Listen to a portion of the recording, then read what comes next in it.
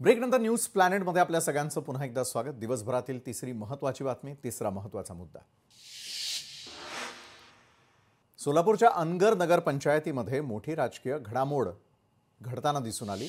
नगराध्यक्ष पदासाठी अजित पवारांच्या राष्ट्रवादीच्या उमेदवार उज्ज्वला थिटे यांचा उमेदवारी अर्ज बाद करण्यात आला।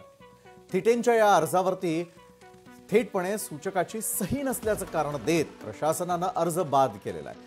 दरम्यान कालच अनगरमध्ये राजकीय नाट्यमय घटना घडलेल्या होत्या। उज्ज्वला थिटे यांनी भाजपचे राजन पाटील यांच्यावर गंभीर स्वरूपाचे आरोप करत पोलीस संरक्षणामध्ये आपला अर्ज दाखल केलेला होता। मात्र अपक्ष उमेदवार सरस्वती शिंदेंनी आक्षेप घेतल्यानंतर अखेर थिटेंचा उमेदवारी अर्ज अमान्य ठरवण्यात आलेला आहे। यानंतर त्यांनी न्यायालयामध्ये जाण्याचा इशारा दिलाय। तर आमचं आणि अनगरचं नाव बदनाम करण्याचा प्रयत्न होत असल्याची प्रतिक्रिया राजन पाटील देताना दिसतात।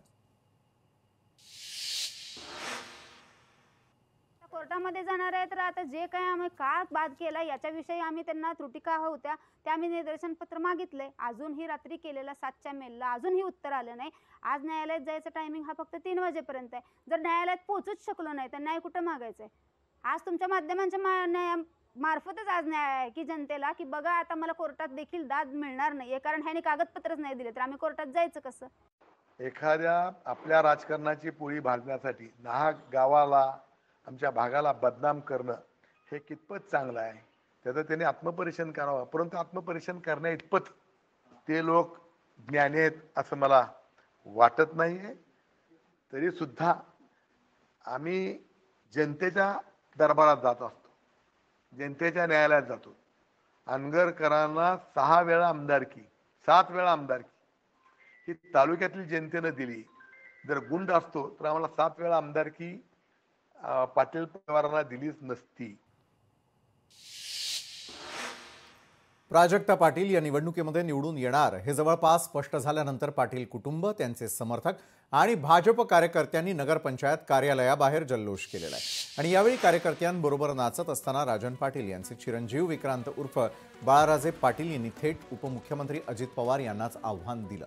अजित पवार सगळ्यांचा नाद करा पण अनगरकरांचा नाही, असं वक्तव्य विक्रांत पाटील यांनी केल्यानंतर राजन पाटलांनी आपल्या मुलाच्या वक्तव्याबद्दल अजित पवार आणि शरद पवारांची माफी मागितली आहे।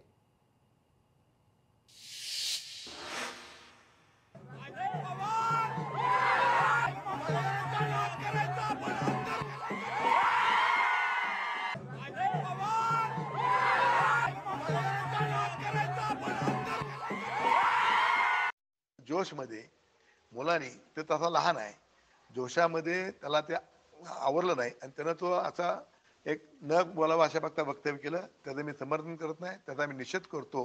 आमच्या मुलानं जरी काही चुकलं असेल तरी सुद्धा मी अजितदादांची, मोठ्या साहेबांची, पवार परिवारांची दिलगिरी व्यक्त करतो, क्षमा मागतो आणि मोठ्या साहेबांच्या चरणावरती मी लीन होतो।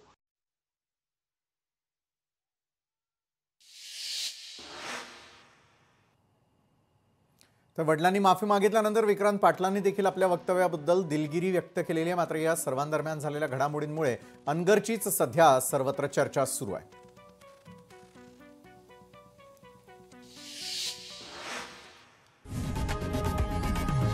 लोकशाही मराठी ऐका, पहा, जागरूक रहा।